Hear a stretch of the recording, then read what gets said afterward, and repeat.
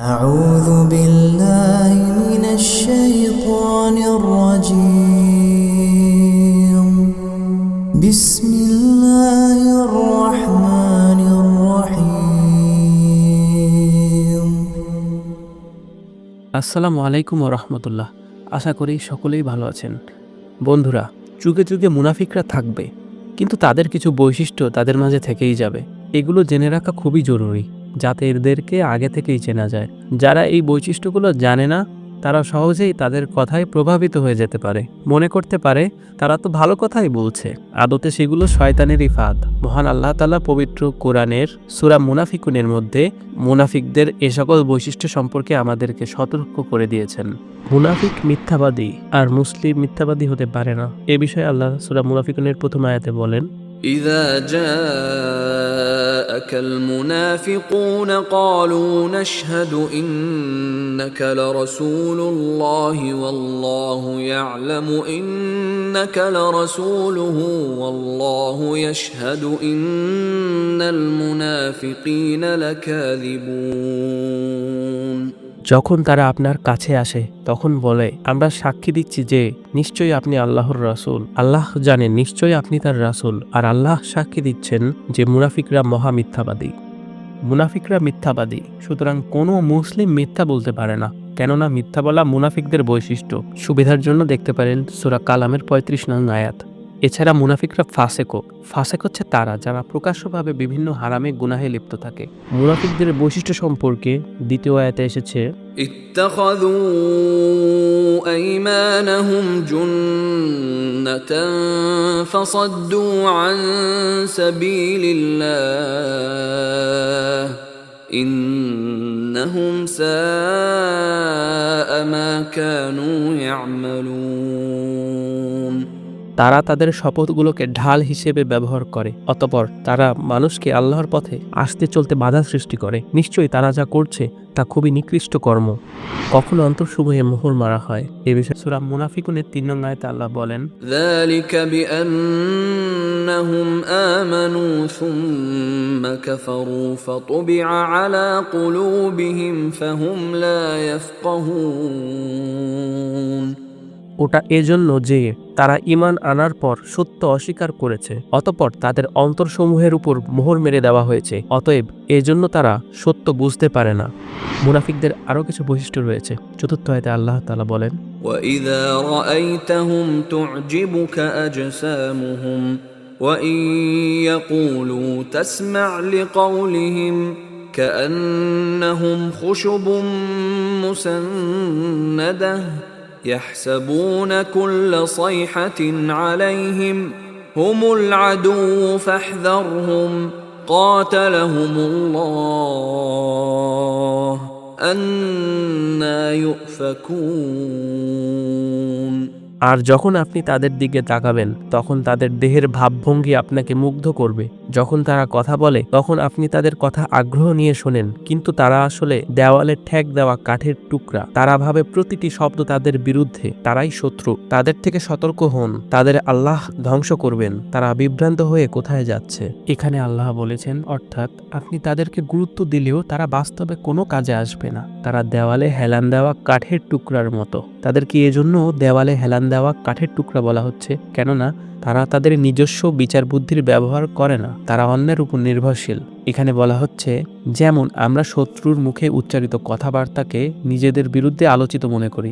তাফসিরে এসেছে, তুমি যখন তাদের দিকে তাকাও তখন তাদের শারীরিক গঠন তোমাকে চমৎকৃত করে, আর যখন তারা কথা বলে তখন তুমি তাদের কথা আগ্রহ ভরে শোনো, অথচ তারা দেওয়ালে ঠেস দেওয়া কাঠের মতো। দেখুন সুরত, কিন্তু কার্যক্ষেত্রে কিছুই না। কোনো শোরগোল হলেই তারা সেটাকে নিজেদের বিরুদ্ধে মনে করে, কারণ তাদের অপরাধী মন সব সময় শঙ্কিত থাকে। এই বুঝি তাদের কুকীর্তি ফাঁস হয়ে গেল। এরাই শত্রু, কাজেই তাদের ব্যাপারে সতর্ক থাকো। এদের উপর আছে আল্লাহর গজব। তাদেরকে কিভাবে সত্য পথ থেকে ফিরিয়ে নেওয়া হচ্ছে? ১, অর্থাৎ তাদের সৌন্দর্য, লাবণ্য, সজীবতার কারণে। ২, অর্থাৎ ভাষার বিশুদ্ধতা এবং বাক্পটুতার কারণে। ৩, অর্থাৎ তাদের দেহের উচ্চতা, সৌন্দর্য ও স্মৃতি এবং বোধহীনতা ও কল্যাণ স্বল্পতায় ওইরূপ চেরুপ, দেয়ালে ঠেকানো কাঠ। দর্শককে তা দেখতে ভালো লাগে কিন্তু কারো কোনো উপকারে আসে না। অথবা এটা মুবতাহা মাহজুফ, উজ্জ উদ্দেশ্যে এর বিধেয় পদ। অর্থ হলো এরা রাসূল সাল্লাল্লাহু আলাইহি ওয়াসাল্লামের মজলিসে ওইভাবে বসে যেমন প্রাচীরে ঠেকানো কাঠ। এরা না কোনো কথা শোনে না বুঝে। 4, অর্থাৎ এরা এত ভীতু যে কোনো শোরগোল বা হট্টগোল শুনলেই মনে করে তাদের উপর কোনো বিপদ এসে পড়ছে, কিংবা এই ভেবে আতঙ্কিত হয়ে ওঠে যে হয়তো তাদের বিরুদ্ধে কোনো পদক্ষেপ গ্রহণের পরিকল্পনা শুরু হয়েছে। যেমন চোর ও অপরাধীদের মন অভ্যন্তরীণভাবে সবসময় ধুকপুক করতে থাকে। চোরের মন পুলিশ পুলিশ। ওমর রাদিয়াল্লাহু আনহু বলেন, আমি এই উম্মার জন্য সবচেয়ে বেশি ভয় করি সেই মুনাফিককে যে জিহ্বায় খুবই দক্ষ, অর্থাৎ বাকপটু। মুনাফিক অন্তরে কুফর, বাহিরে ইসলাম। আলিমিল লিসান, কথায় পারদর্শী, মিষ্টি মিষ্টি কথা দিয়ে মানুষকে দুর্বল ইমানদারদের প্রভাবিত করতে সক্ষম। ওমর রাদিয়াল্লাহু আনহুর ভয় ছিল অস্ত্রধারী শত্রু নয়, বরং কথার জাদু দিয়ে বাকপটু মুনাফিক দিনকে বিকৃত করা লোকদের থেকে। ইমাম হাসান আল বসরি রহিমাহুল্লাহ বলেন, তারা কথা বলে হিকমার মতো কিন্তু কাজ করে শয়তানের মতো। তাদের বিভিন্ন কাজের মধ্যে রয়েছে মূর্খ ফাসিক লোকদের উস্কানি দেওয়া, লোকদের হকের বিরোধিতায় লিপ্ত থাকা, হকের বিরোধিতা করতে যে শত মিথ্যা হলেও বলবে, এমনকি তাগুতের হয়ে তাদের সাথে কাঁধে কাঁধ মিলিয়ে কাজ করবে হকের বিরোধিতা করার জন্য। তাতে সে মুরতাদ কাফের হলো না কি তা দেখে না। এমনকি হকের বিরোধিতাকে জীবন মৃত্যুর বিষয় বানিয়ে নেয়, যার জন্য এরা মরতেও রাজি, হককে ধ্বংস করতে নিজেরা ধ্বংস হতেও রাজি। ইতিহাসে মুসলিম জামায়ের যত বড় বড় ক্ষতি হয়েছে তার অন্যতম কারণ এই মুনাফিক শ্রেণী। কারণ এরা বাতিলের সাথে যখন তখন হাত মিলিয়ে ইমানের শেষ অংশও বিক্রি করে দেয় আর মুসলিমদের বিরুদ্ধে বাতিলকে সাহায্য করে থাকে। এজন্যই এদের জন্য আল্লাহ জাহান্নামে প্রস্তুত রেখেছেন আলাদা স্থান, যে স্থানকে বলা হয় জাহান্নামের নিম্নতম স্থান, দারকুল আসফাল। দারকুল আসফাল বা নিম্নতর স্তর কি, এ সম্পর্কে আব্দুল্লাহ ইবনে মাসউদ রাদিয়াল্লাহু আনহু বলেন, সেটা হবে বদ্ধ সিন্ধু।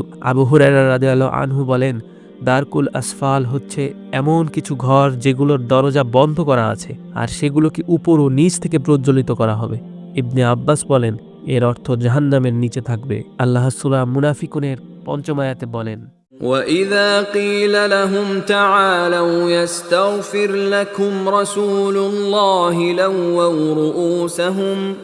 لَوَّوْا رُؤُوسَهُمْ وَرَأَيْتَهُمْ يَصُدُّونَ وَهُمْ مُسْتَكْبِرُونَ।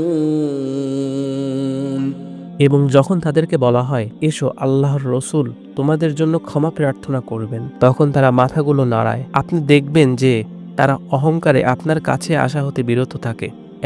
কারণ তারা ভীতু, মাথা নাড়িয়ে অস্বীকৃতি জানায়, কেননা তারা সামনাসামনি কথা বলার সাহস নেই যে আমরা আল্লাহর রসুলের কাছে যাব না।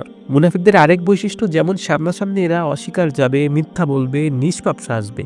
আবার অনেক সময় সরাসরি না বলে অন্তরে চেপে রেখে মুখে বলে আমরা নির্দোষ, পক্ষেই আছি। আবার এমনও হয়, ভুল ধরলে তা স্বীকার করলেও অন্তর থেকে তা মেনে নেয় না, অহংকারের কারণে। অভিনয় করার মাধ্যমে তারা পলায়নপর হয় এবং দূরে যেয়ে আবার তাদের আসল রূপ প্রকাশ করে।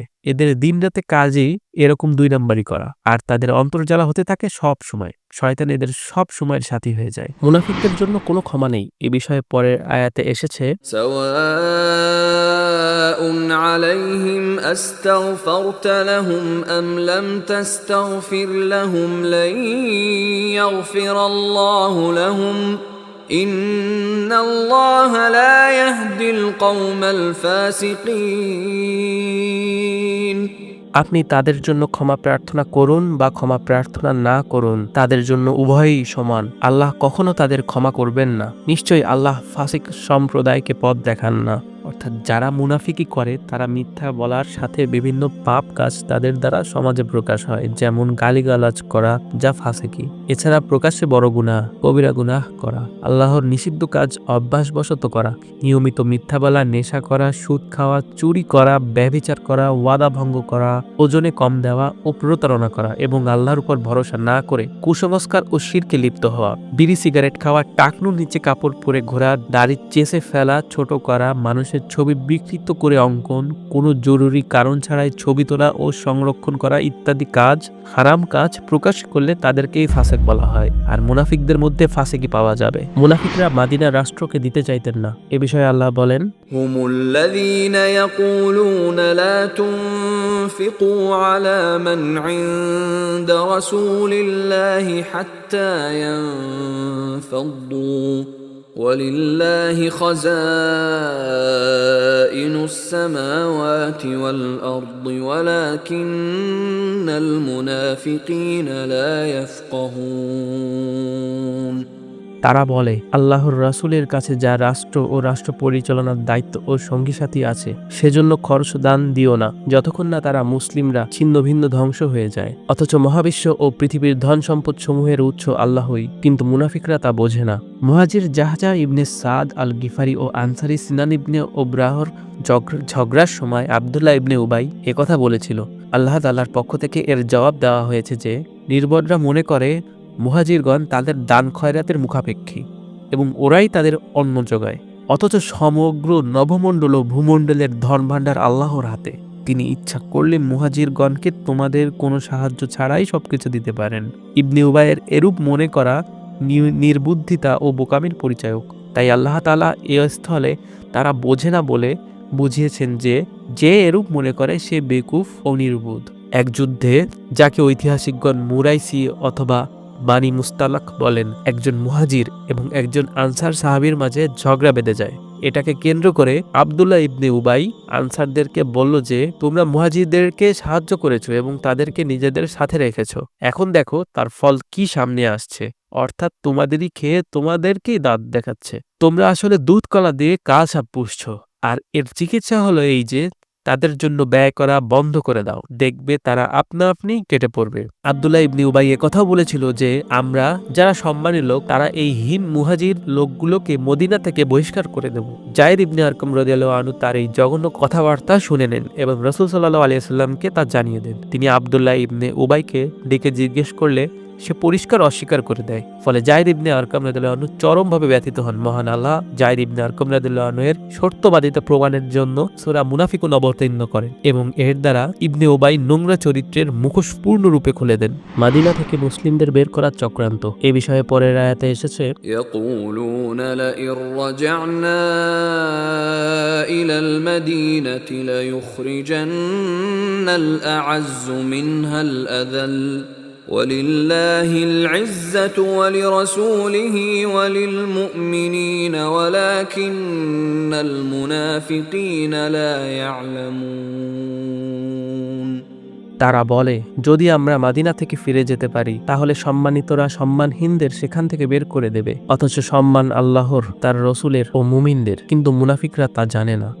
একথা বলেছিল মুনাফিক নেতা আব্দুল্লাহ ইবনে উবাই। সে নিজেকে ও তার সঙ্গীদেরকে সম্মানিত এবং নবী সাল্লাল্লাহু আলাইহি ওয়াসাল্লাম ও তার সঙ্গীদেরকে সম্মানহীন বলেছিলেন। এখানে সে নিজের ও তার সঙ্গীদের সহ নবী সাল্লাল্লাহু আলাইহি ওয়াসাল্লাম ও তার সঙ্গীদের নাম উচ্চারণ এজন্য করেনি যে যদি তার নবী সাল্লাল্লাহু আলাইহি ওয়াসাল্লামকে কেউ জানিয়ে দেয়, কিন্তু তবুও যায়েদ ইবনে আরকাম রাদিয়াল্লাহু আনহু তার এক কথা শুনে নেন এবং নবী সাল্লাল্লাহু আলাইহি ওয়াসাল্লামকে জানিয়ে দেন।